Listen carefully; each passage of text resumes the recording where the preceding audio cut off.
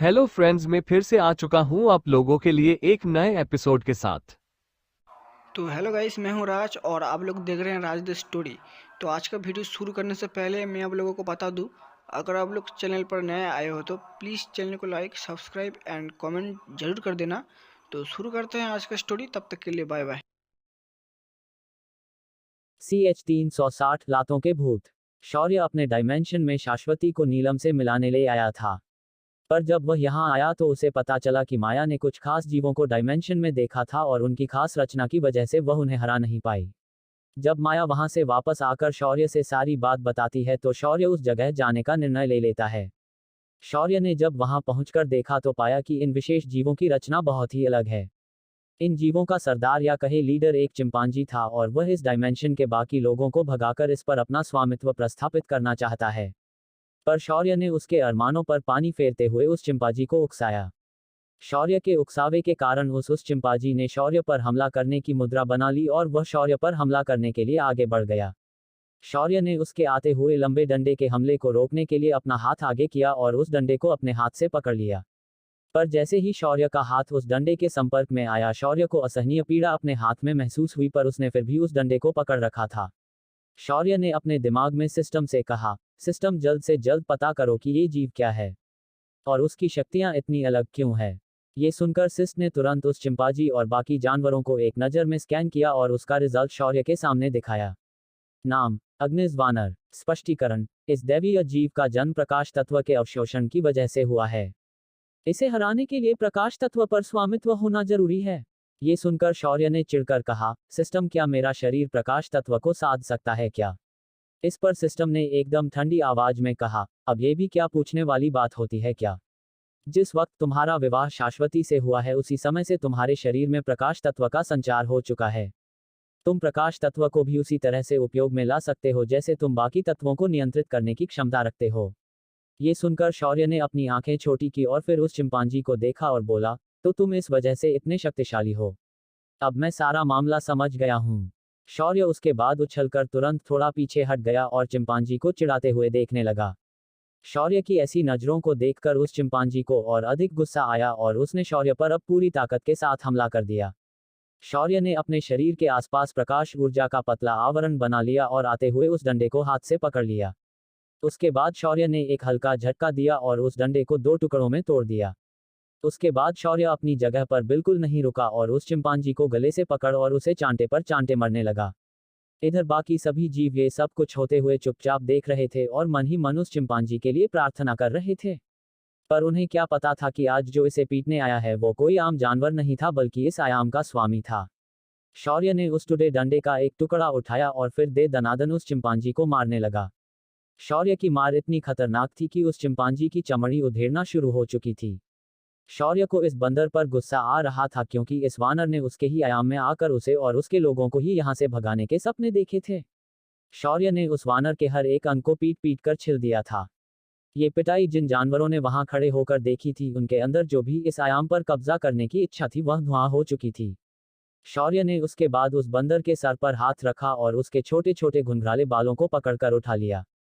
फिर अपने हाथों से एक एक थप्पड़ जड़ना शुरू किया। इस बार के थप्पड़ काफी जोरदार थे। इतने जोरदार थे कि कुछ ही पल में उस चिंपांजी के सारे दांत उखड़कर बाहर गिर गए। शौर्य अब उन जानवरों को किसी रिंग मास्टर की तरह लग रहा था और वो सभी के बीच खड़े रहकर उन्हें पीटे जा रहा था। कुछ ही देर में वह चिंपांजी मार खाकर बेहोश हो गया। ये सब मुमकिन हो पाया प्रकाश तत्व की वजह से। फिर शौर्य ने अपनी नज़र वहां खड़े बाकी प्रकाश तत्व से जन्मे जानवरों पर पड़ी और उसके चेहरे पर एक शैतानी मुस्कान आ गई। उसकी मुस्कान इतनी भयानक थी कि सारे जानवर भी अंदर तक कांप गए थे।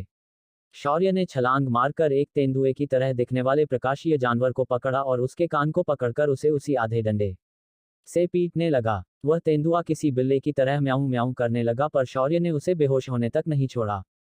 तेंदुए का रंग भी अब सुनहरे रंग से हरा नीला हो चुका था। शौर्य ने उसके बाद उस यूनिकॉर्न को पकड़ा। यूनिकॉर्न दिखने में सफेद रंग का घोड़ा था पर उसके माथे पर शौर्य की बकरियों की तरह एक ही सिंग था। शौर्य ने उसके पास जाकर उसके नाक के दोनों छेदों में उंगली डालकर पकड़ा और उठाकर इधर से उधर पटकना शुरू किया। शौर्य की मार इतनी बुरी थी कि उस घोड़े के मुंह से आवाज भी नहीं निकल पा रही थी। उसके बाद हिरन की तरह दिखने वाले जानवर को पकड़ा और उसे भी जबरदस्त पीटने के बाद उसे बेहोश कर दिया। ऐसे एक एक करके शौर्य ने वहां मौजूद सभी प्रकाशीय जानवरों को पीटकर बेहोश कर दिया था।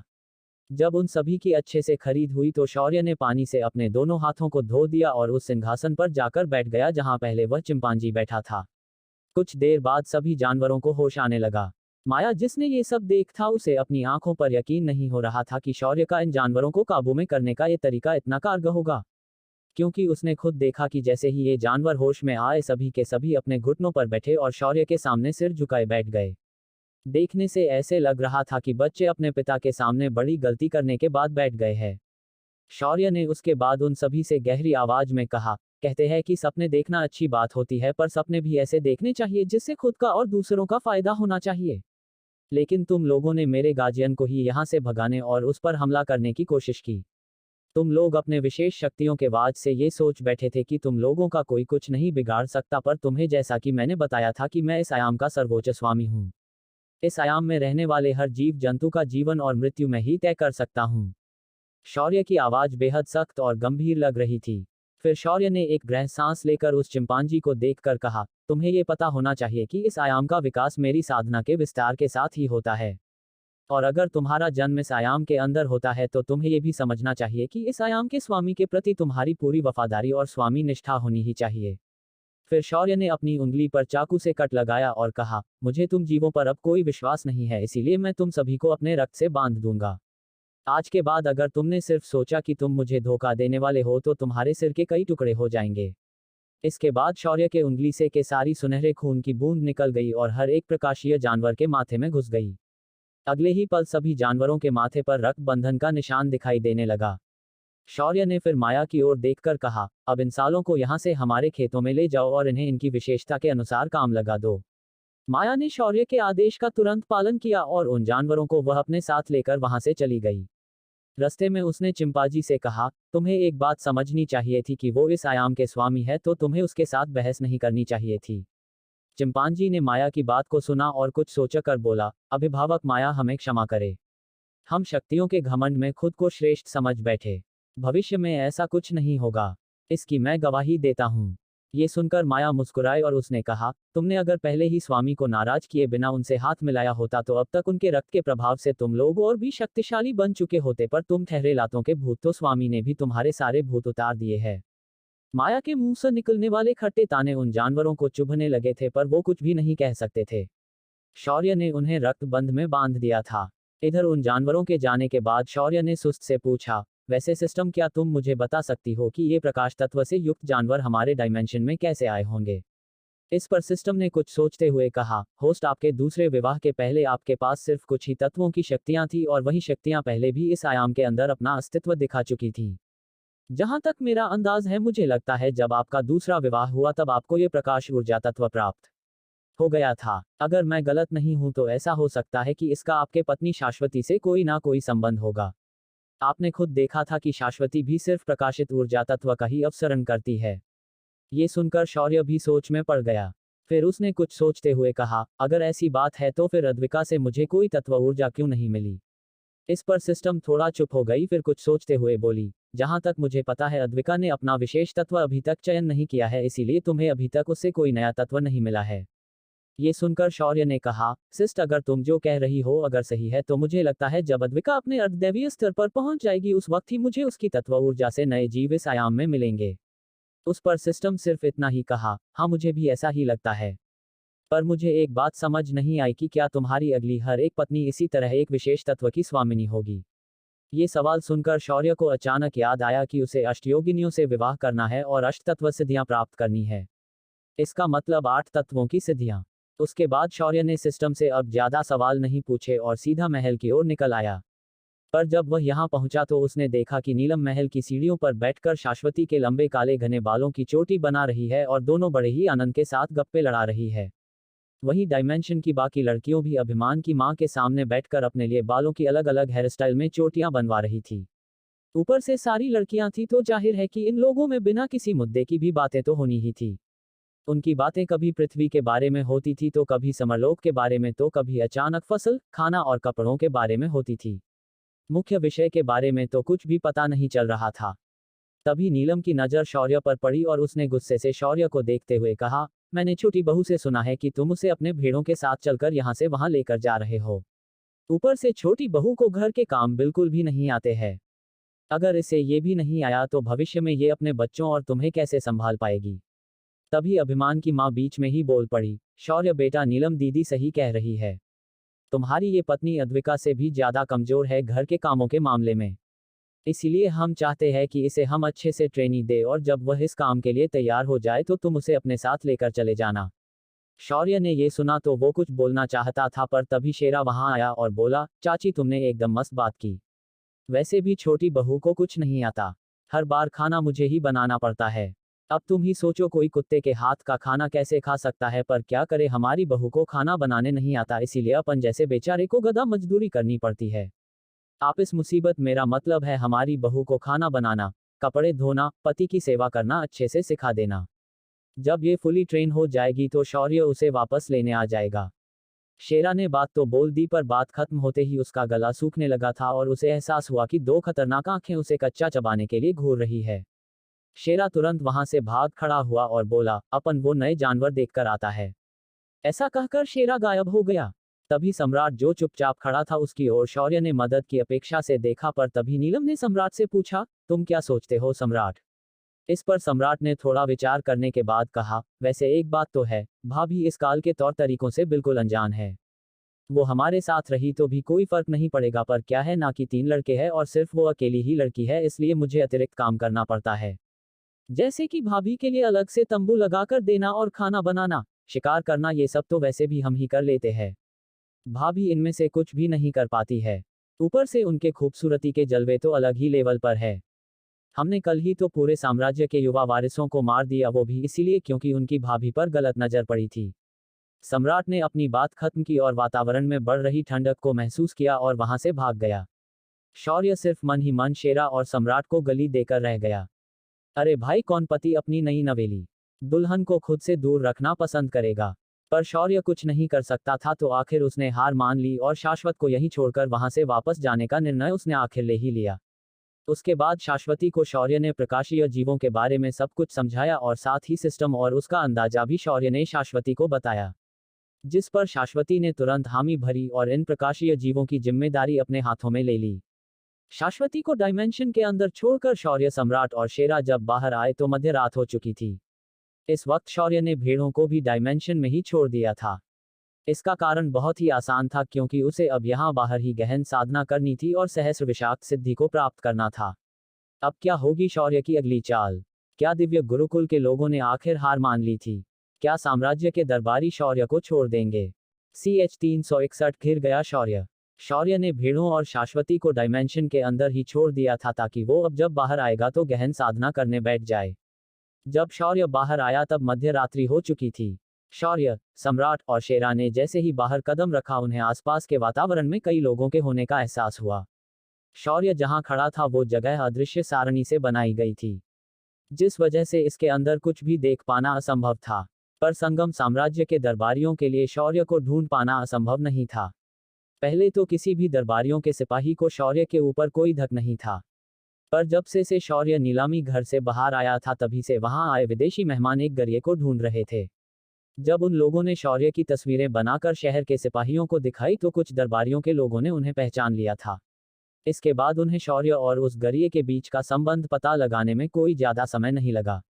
इसी वजह से आज रात को दरबारियों के अड़जी और नीलामी घर में आए लोग वहां खेतों में शौर्य को ढूंढ रहे थे। अभी तक फिलहाल सारणी के वजह से किसी ने शौर्य को नहीं देखा था, पर जब दिव्य गुरुकुल के 2 बूढ़े वहां आए उन्होंने उस जगह पर हो रहे आध्यात्मिक ऊर्जा तरंगों के अलग व्यवहार के कारण पता लगाया कि उस खेत में सारणी की रचना की गई है।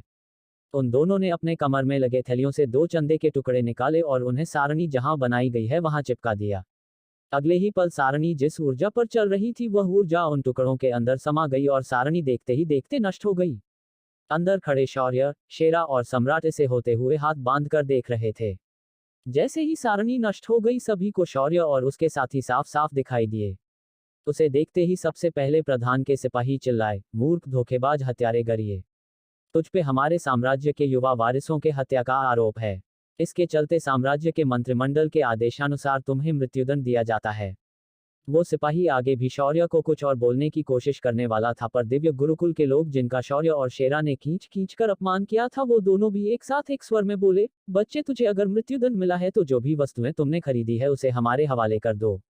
हम तुम्हें वचन देते हैं कि दिव्य गुरुकुल तुम्हारे परिवार को कुछ होने नहीं देगा। तभी धराकुल के कुछ सिपाही वहां थे, उन्होंने गुस्से से कहा, गरिए, हम तुमसे कुछ और नहीं चाहते, बस वह अग्निस्तंभ हमें दे दो। उन सभी ने एक के बाद एक बोलना शुरू किया, पर शौर्य चेहरे पर शांत भाव लिए सिर्फ उन्हें देख रहा था और अपने दिमाग के अंदर वहां से भागे या इन्हें मारे इसके बारे में सोच रहा था। अगर शौर्य ने भागने का सोचा तो यहाँ मौजूद लोगों में से कोई भी उसे रोक नहीं सकता था, मगर वो ऐसा करना नहीं चाहता था।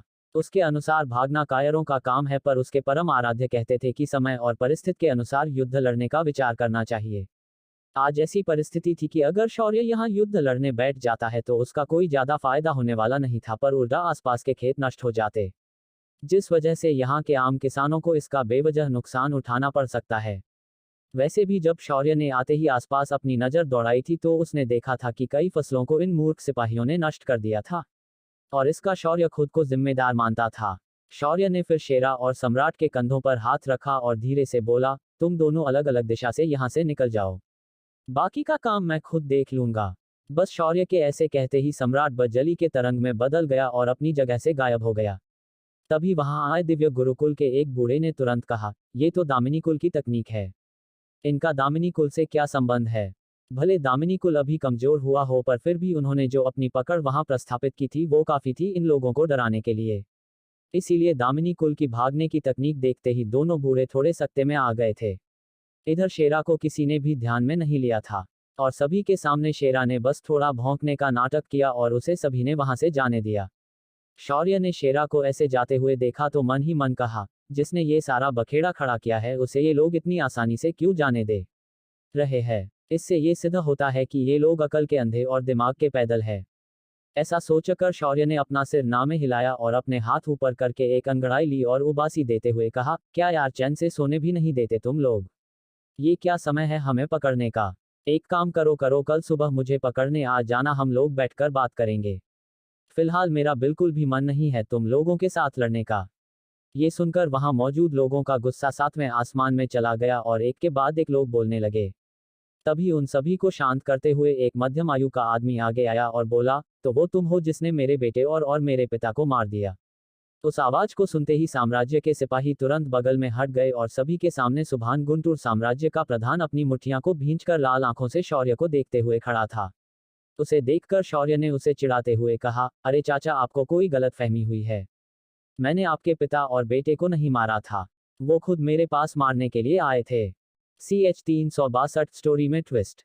संगम समाज के प्रधान गुंटूर के महल के बाहरी दीवार पर एक नौजवान लड़का जिसने गरिए का भेष धारण किया था और बैठकर मूंगफलियां फोड़कर खा रहा था। उस दीवार के बाहर संगम साम्राज्य के प्रधान, ग्रीष्म कुल के लोग, साम्राज्य का सेनापति, अंगद कुल के लोग अपनी अपनी सेना के साथ खड़े थे। सेनाध्यक्ष को जैसे ही खबर मिली कि प्रधान ने उसके बेटे के हत्यारे को अपने महल के बाहर रोके रखा है, वह भी दौड़े दौड़े चला आया। उन्हीं लोगों में धरा कुल के कुछ योद्धा वहां अपने कुल के राजकुमार के मौत का बदला लेने आए थे। वहीं दिव्य गुरुकुल के लोग शौर्य से अपने अपमान का बदला और उसने नीलामी में जीता हुआ खजाना लेने के लिए आए थे।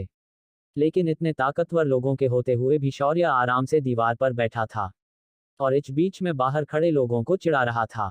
इस वक्त गुंटूर कुल के लोग भी अपने अपने हथियार लेकर अंदर की तरह से शौर्य की ओर बढ़ रहे थे। पर जैसे ही शौर्य ने सुभान को याद दिलाया कि उसने उसके पिता को कैसे मारा था, सुभान ने अपने परिवार के लोगों को तुरंत कोई भी हरकत करने से रोक दिया। कुछ देर दोनों तरफ के लोग वहीं चुपचाप खड़े रहे, पर किसी ने भी कुछ भी करने की कोशिश नहीं की। लगभग आधा घंटा ऐसे ही खड़े खड़े चला गया, पर कोई भी कुछ भी सोच नहीं पा रहा था। पर तभी शहर के गलियों में से धीरे धीरे लोग अचानक बाहर आने लगे। उन सभी के हाथ में मशालें थी और वो लोग एकत्रित होकर गुंटूर महल के सामने आ रहे थे। जब सारा जन सैलाब महल के सामने पहुंचा तो अचानक सारे दरबारी कुलों के कान खड़े हो गए, क्योंकि उन्हें धीरे धीरे लोगों की घोषणाएं स्पष्ट सुनाई दे रही थी। प्रधान गुंटूर, अपना पद खाली करो। सेनापति की मनमानी नहीं चलेगी, नहीं चलेगी। अंगद कुल कड़वा है, उनका मालिक भड़वा है। गली गली में शोर है, ग्रीष्म कुल चोर है। लोगों द्वारा न मोर्चा निकालकर इन दरबारियों के विरुद्ध मध्य रात्रि को उनके घरों के सामने जाकर शोर मचाना शुरू कर दिया। धीरे धीरे वहां आए हुए लोगों की संख्या बढ़ने लगी। एक ऐसा समय आया कि शहर का हर कोई इस मोर्चे में शामिल हो चुका था। और सबसे बड़ी बात थी कि इस मोर्चे का नेतृत्व करने वाले लोग सम्राट श्लोक के खास लोग थे। वहां आए हुए लोगों को देखकर शौर्य तुरंत समझ आया कि इसके पीछे कौन है, क्योंकि ये मोर्चा निकालना और ऐसे घोषणाएं देना ज्यादातर भारत के राजनीति में देखा गया है। लोगों के इतनी अधिक संख्या में गुंटूर महल के सामने आते ही सभी दरबारी बेहद डर गए थे।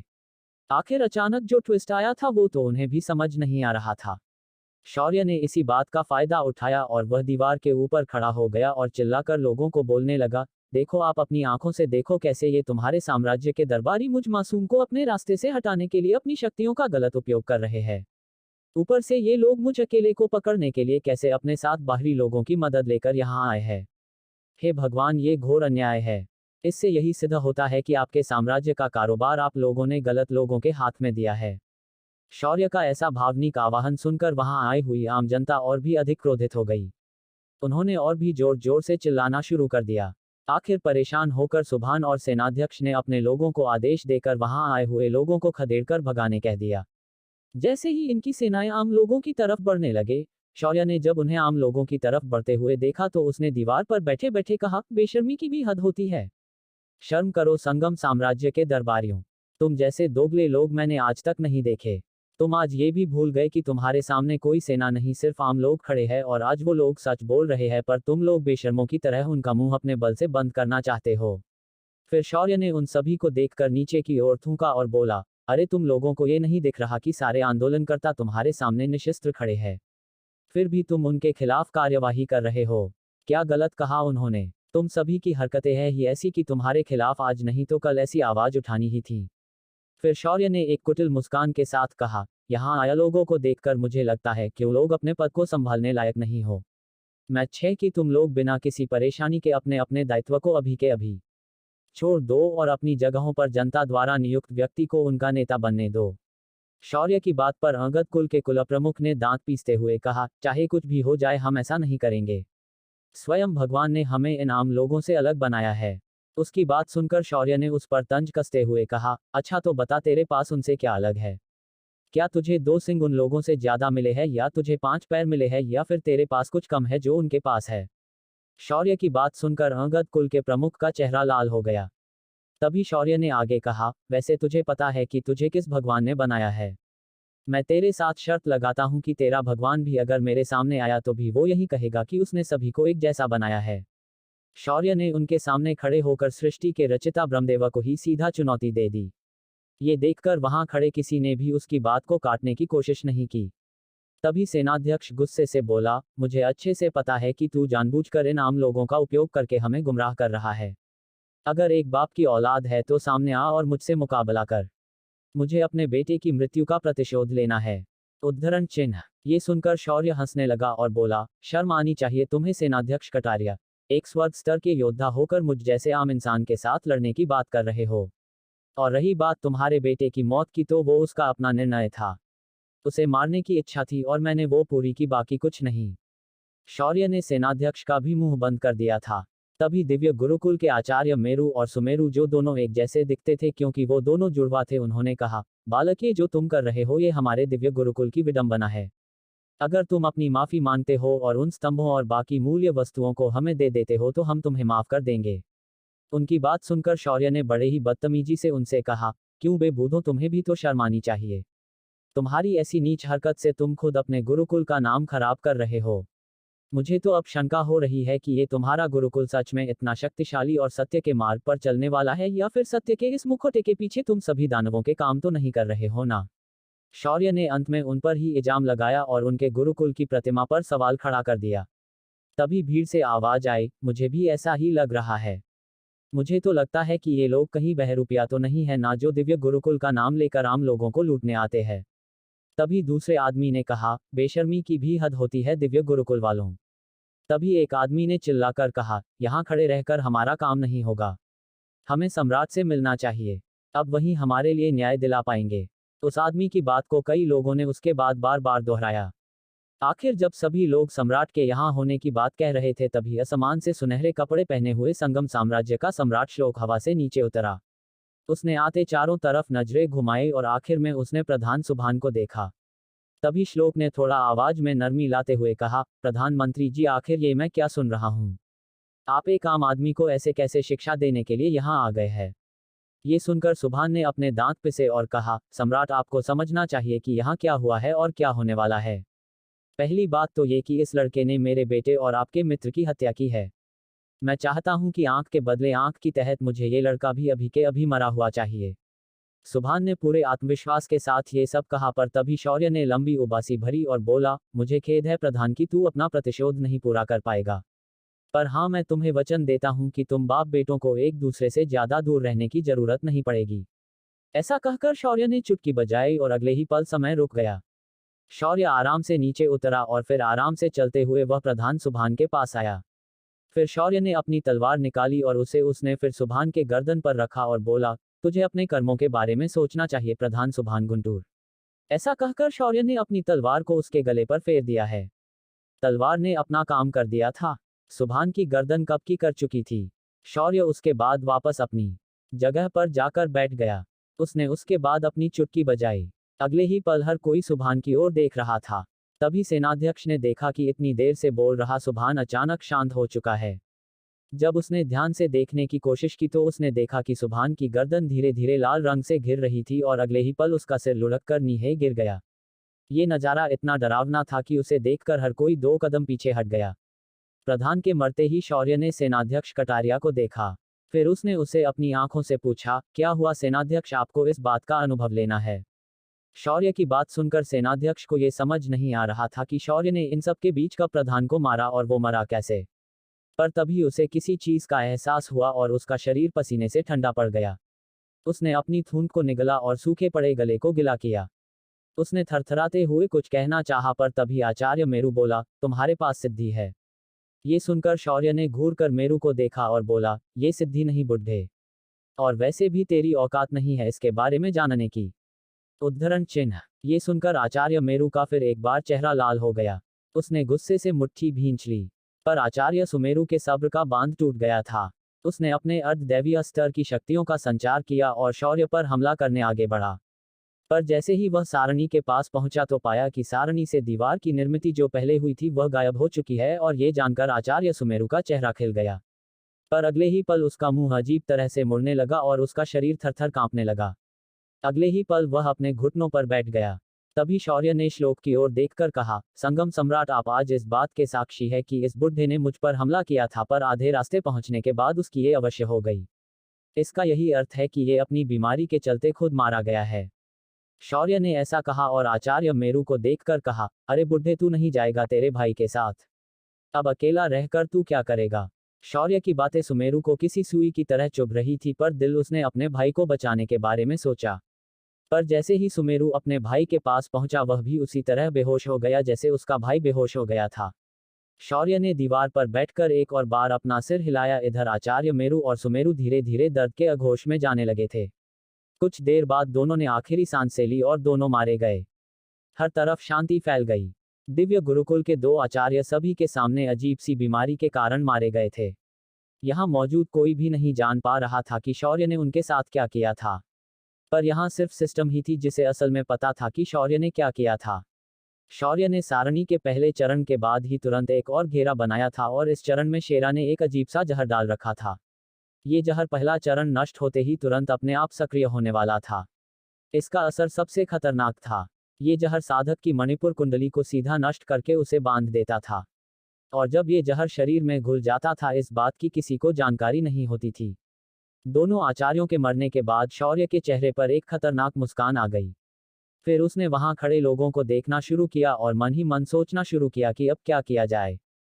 तभी अचानक आसमान में एक नया पोर्टल खुला और एक सफेद आया उसके अंदर से बाहर आया। सफेद इसलिए क्योंकि इस सई की सिर्फ आंखें दिखाई दे रही थी, बाकी पूरा शरीर सफेद रंग के कपड़े से ढका हुआ था।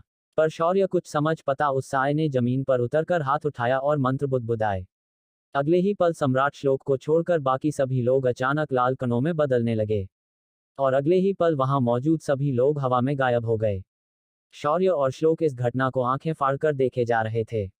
उन दोनों को कुछ साज नहीं आ रहा था। श्लोक तुरंत उड़कर शौर्य के पास आ गया। उसे आते देखकर शौर्य ने सारणी को हटा दिया। श्लोक तुरंत आकर उसकी बगल में बैठ गया। उसने बैठते ही शौर्य से कहा, अरे भाई, यो के हो रिया है? यो कैसा ट्विस्ट हो गए है? शौर्य ने अपनी आंखों को 2-4 बार मसला और फिर बोला, भाई म्हारे को भी कुछ ना समझ आवे है। तभी वह सफेद कपड़ेवली लड़की ने अपना हाथ नीचे कर लिया और उसके हाथ में चमचमाती गोली थी। उसने उस गोली को शौर्य की ओर फेंका और आंख मारते हुए बोली, मध्य क्षेत्र में हम जल्द ही मिलेंगे। ऐसा कहकर वह लड़की वापस उस पोर्टल के अंदर कूद गई। शौर्य बस उसे जाते हुए देखता रह गया। तभी सिस्टम ने कहा, होस्ट मैंने उस लड़की के बारे में जानकारी निकाली है। क्या है इस लड़की की जानकारी? कौन थी वो लड़की? अब ये कौन सा ट्विस्ट आया है? क्या श्लोक अपने सभी दरबारियों के मरने के बाद अपना साम्राज्य चला पाएगा? CH 363 झूठे भक्तों की हरकत। संगम साम्राज्य के लोगों ने और साथ ही मध्य क्षेत्र के कई ताकतवर लोगों ने शौर्य को गुंटूर महल के बाहर घेर लिया था। शौर्य ने एक एक करके अपने दुश्मनों पर अपनी पकड़ बनाना शुरू किया था, पर अचानक आसमान में एक पोर्टल खुला और उसके अंदर से एक नकाब बांधी हुई लड़की बाहर निकली। उसने देखते ही देखते वहां मौजूद सभी लोगों को खत्म कर दिया और सभी लोग एक लाल रंग की गोली में बदल गए। उस लड़की ने उस गोली को शौर्य के हाथ में फेंका और वहां से वापस चली गई। ये सब कुछ इतनी जल्दी और तेजी से हुआ कि खुद शौर्य भी कुछ समझ नहीं पाया। शौर्य और श्लोक वहां सिर्फ किसी बुत की तरह खड़े रह गए। तभी सिस्टम की शौर्य के कानों में आवाज आई, होस्ट मैंने इस लड़की को स्कैन किया है और जो बात सामने आई है वो बहुत ही हैरान करने वाली है। तभी शौर्य ने चिढ़ते हुए कहा, अब क्या इसे घुमाती ही रहोगी या उसकी जानकारी भी दोगी? इस पर सिस्टम ने तुरंत शौर्य के सामने एक स्क्रीन प्रकट की। पहचान, देवकन्या, गण, देवता, साधना क्षेत्र, दूसरे श्रेणी की द्वितीय स्तरीय देवता, प्रश्नवाचक चिन्ह, प्रश्नवाचक चिन्ह, प्रश्नवाचक चिन्ह, उद्धरण चिन्ह। उसके बाद की बाकी चीजों पर सिर्फ प्रश्न चिन्ह थे। लेकिन इससे शौर्य ये तो बता सकता था कि जो लड़की अभी अभी यहाँ आई थी वो देवकन्या है। बिल्कुल चित्रांगदा की तरह, पर उस लड़की ने शौर्य को क्यों मदद की वो शौर्य अभी भी नहीं जान पाया था। पर फिलहाल इस बात पर अपना दिमाग खर्च करना शौर्य को सही नहीं लगा और वह श्लोक की तरफ मुड़ा और बोला, भाई अब आगे क्या करना है? ये सुनकर श्लोक भी अपने होश में वापस आया और बोला, उस लड़की ने तो मेरे सारे किए कराए पर पानी फेर दिया। ऊपर से अगर बाहरी ताकतों को पता चला कि मेरे सारे दरबारी मारे गए हैं तो आज का दिन इस साम्राज्य का आखिरी दिन होगा। उस लड़की ने साहे में मेरी लंका लग दी यार। श्लोक ने चिंता भरे स्वर में ये बात कही थी। उसकी बातों से उसका डैक साफ पता चल रहा था। तभी वहां अंधेरे से दो साए बाहर आए। एक कुत्ता था और एक आदमी था। आते ही शेरा बोला, अरे जामू लोग, अभी अभी ये क्या आया था सामान से? वो आए और एक झटके में सब कुछ निपटा कर चली गई। शौर्य ने सिर्फ अपने कंधे उचकाए और मुस्कुराया। अब वो भी भला क्या कहेगा कि आया हुआ तूफान कोई आम तूफान नहीं था बल्कि एक देवकन्या थी। तभी समरलोक में सूर्योदय हो रहा था।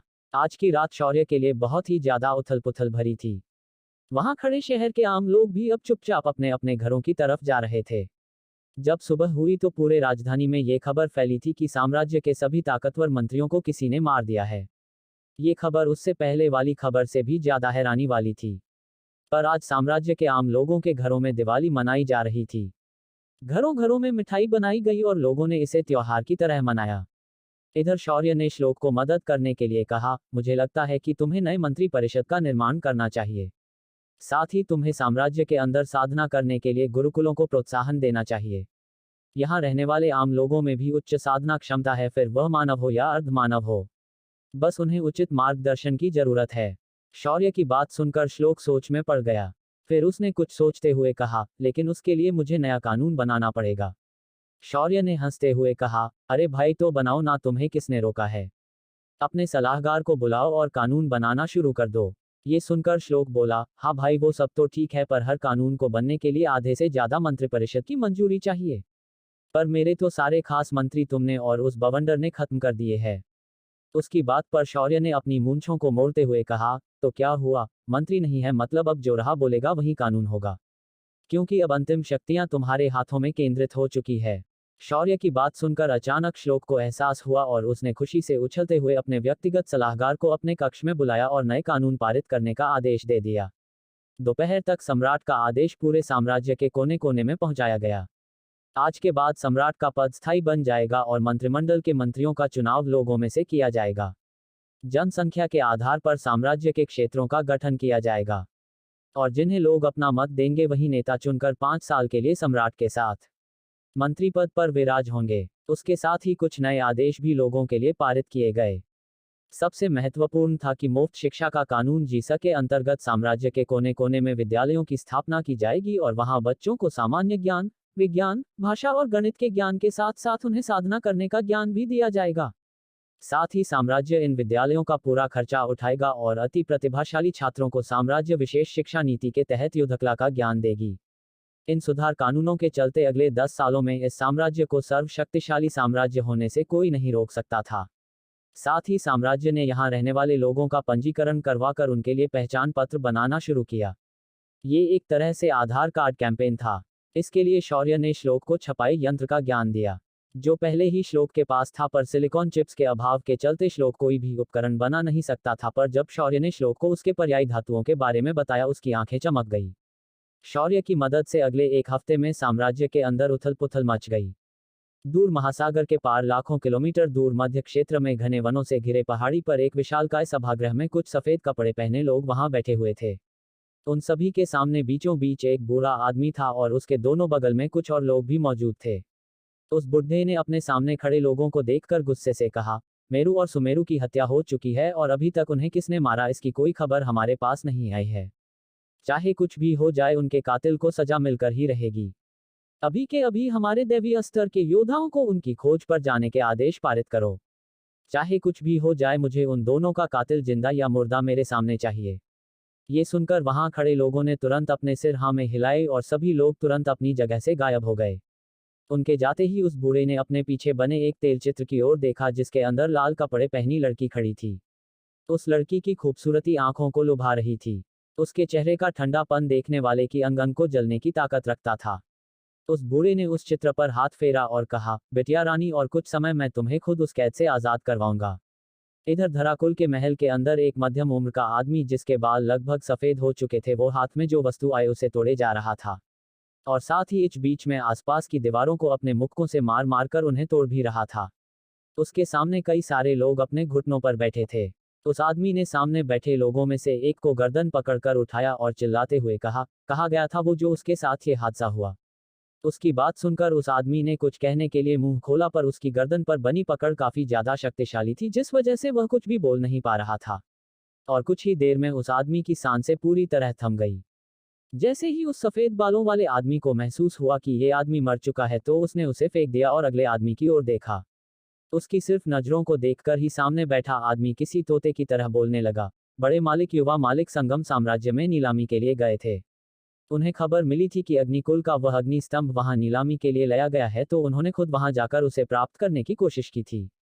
और उन्होंने हमें साफ साफ आदेश दिया था कि जब तक वो अग्नि स्तंभ को नहीं लेकर आते तब तक हम आपको कुछ भी ना बताए, पर अब कोई फायदा नहीं, क्योंकि जिन्होंने हमें आदेश दिया था आज वही इस दुनिया में नहीं रहे। ऐसा कहकर वह सिपाही रोने लगा। उसके रोने धोने को देखकर उस सफेद बालों वाले आदमी की आंखों में भी पानी आ गया और उसने खुद के गुस्से को शांत किया। उसने अपने एक दूसरे सिपाही को इशारा किया और उस सिपाही ने उस आदमी को उठाया और वहां से ले गए। इधर संगम साम्राज्य में पहले सार्वत्रिक चुनाव तक शौर्य रुका और जब नए मंत्रिमंडल का गठन हुआ, शौर्य ने वहां से प्रस्थान करने का निर्णय लिया। पर जिस दिन शौर्य वहां से जाने वाला था, उस दिन उसके साथ वो हुआ जो उसने कभी अपने सपने में भी नहीं सोचा था। समरलोक में आने के बाद जिन लोगों से बचकर शौर्य भेष बदलकर अपना सफर कर रहा था, आज उन लोगों ने शौर्य को ढूंढ लिया था। शौर्य जैसे ही समुद्र तट की ओर बढ़ने लगा, आसमान में 5 लोग अचानक उनके सामने प्रकट हो गए। ये पांचों लोग अर्धदैवीय स्तर के योद्धा थे और इन सभी ने काले रंग के कपड़े पहने थे। उन्हें देखते ही पता चल रहा था कि वो सभी लोग तांत्रिक हैं। उनके गले की नर मंद माला उनके इस खासियत की पुष्टि कर रही थी। उन्होंने जैसे ही शौर्य को देखा तो वो सभी लोग शौर्य के सामने आकर अपने घुटनों पर बैठ गए और उन्होंने शौर्य को सच्चे भक्त की तरह साष्टांग दंडवत प्रणाम किया। शौर्य ने उन्हें देखकर अपने चेहरे के भावों को बिल्कुल भी बदलने नहीं दिया। उसने सिर्फ अपना हाथ उठाया और उन्हें खड़े रहने के लिए कहा। उनमें से सबसे आगे जो बूढ़ा तंत्री था, उसने हाथ जोड़े और कहा, प्रभु, आखिर इस भक्त को आपके दर्शन हो गए। आपका ये भक्त मुरली आपके दर्शन पाकर बहुत धन्य हो गया। उसके बाद उसके पीछे खड़े लोगों ने भी शौर्य को अपनी पहचान बताई और प्रणाम किया। शौर्य ने उनकी पहचान पर बिल्कुल भी ध्यान नहीं दिया, सिर्फ उसने अपना सिर हिलाया और किसी देवता की तरह उन्हें देखने लगा।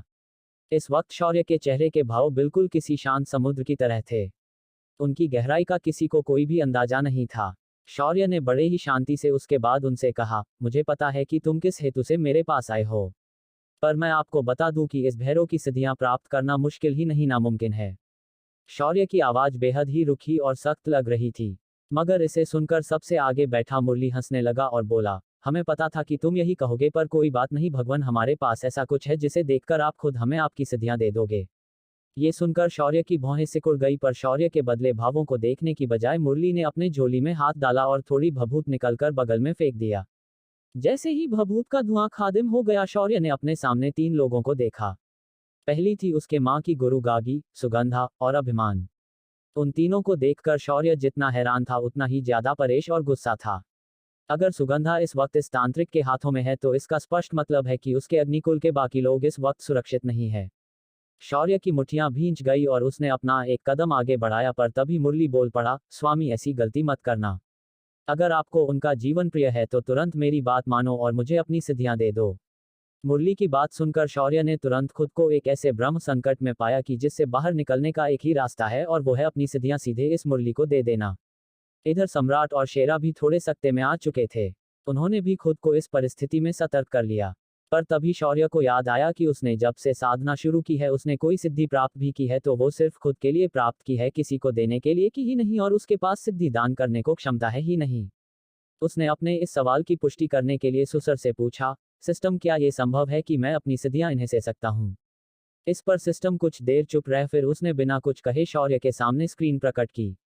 उस पर चित्र था घंटा। उसे देखकर शौर्य के चेहरे पर मुस्कान आई, पर अगले ही पल मुस्कान चली भी गई, क्योंकि इस चित्र से साफ पता चल रहा था कि वो अपनी सिद्धियां इन्हें दे तो नहीं सकता था, पर अपने लोगों को इनके चंगुल से छुड़ा नहीं सकता था। शौर्य ने मुरली की आंखों में देखा और फिर बोला, पुत्र मुरली, तुमने इतनी बड़ी इच्छा से इतने सारे पापड़ बेले, पर मुझे खेद के साथ कहना पड़ेगा कि तेरा पोपट हो चुका है। ये सुनकर मुरली ने सवालिया नजरों से शौर्य को देखा तो शौर्य बोला, बालक, इसका मतलब यह है कि मुझे अपनी सिद्धियां दान करने की कोई भी अनुमति अभी तक देवताओं ने नहीं दी। इसका मतलब है मेरी सिद्धियां मैं तुम्हें किसी भी हाल में नहीं दे सकता। ऊपर से मेरे भक्तों के लिए मैंने अपने सिद्ध मंत्र बनाए नहीं है, तो तुम इसे प्राप्त नहीं कर पाओगे। शौर्य की बात सुनकर मुरली थोड़ा चौंक गया, फिर उसने हंसते हुए कहा, देखिए भगवान, आप मुझ भक्त के साथ असत्य कथन कर रहे हैं। आप अगर भैरव है तो आपके पास भैरव सिद्धि होनी चाहिए। इस पर शौर्य ने निराशा से कहा, भैरव सिद्धि मुझे नहीं मिली, इसका एक कारण तुम लोग भी हो सकते हो। बरामदे ने देखा होगा कि तुम लोगों ने पूर्व भैरव के सिद्ध मंत्रों का जिस तरह गलत उपयोग किया है, उसके चलते उन्होंने मुझे भैरव सिद्धि तो दे दी, मगर सिद्धि दूसरे को देने की क्षमता नहीं दी। अगर मेरे पास होती तो भी मैं तुम्हें वो नहीं दे सकता था, क्योंकि मरने वाला सिद्धियां लेकर क्या अचार डालेगा उसका। शौर्य ने अपना हाथ उठाया और उसका राजदंड उसके हाथ में प्रकट हो गया। अगले ही पल उससे एक आंखों को चौंधिया देने वाली रोशनी निकली और सुगंधा, गुरु गागी अपने जगह से गायब हो गई। जब रोशनी का असर खत्म हो गया, मुरली और उसके साथी अपनी जगह पर ही थे, पर वहां सुगंधा और गुरु गागी नहीं थे। वहीं उनके सामने शौर्य तो खड़ा था, पर उसके साथी वहां नहीं थे। शौर्य की आंखें ऊपर की ओर मुड़ी थी और लगभग सफेद हो चुकी थी। शौर्य ने अपने कदम को जमीन पर रखा और हर तरफ भूकंप के झटके महसूस होने लगे। शौर्य की जटाएं हवा में लहराने लगी और उसके शरीर से भैरव आभा फूट पड़ी। शौर्य ने दांत पीसते हुए कहा, मैं भैरव हूं, किसी के हाथ का खिलौना नहीं। मुझे मजबूर करके अपनी बात मनवाने का दुस्साहस तुमने किया है और अब तुम उसकी शिक्षा भुगतोगे। ऐसा कहकर शौर्य ने अपना राजदंड उठाया और उसे जमीन पर पटक दिया। उससे जमीन में दरार निकली और काले रंग का तरल जमीन से बाहर निकला। उस तरल ने रस्सियों का रूप लिया और उन सभी को जकड़ लिया। मुरली ने उससे मुक्त होने की कई बार कोशिश की, मगर वो और उसके साथी उससे मुक्त नहीं हो पाए और धीरे धीरे जमीन के अंदर खींचे चले गए। जब आसपास आया हुआ भूकंप रुक गया तो सभी ने देखा शौर्य के सामने 5 गड्ढे बने थे, पर उसके अंदर अब कुछ भी नहीं था। क्या मुरली और उसके साथी सच में खत्म हो गए हैं? क्या शौर्य को अब ये लोग बिल्कुल भी परेशान नहीं करेंगे? क्या है शौर्य की अगली चाल?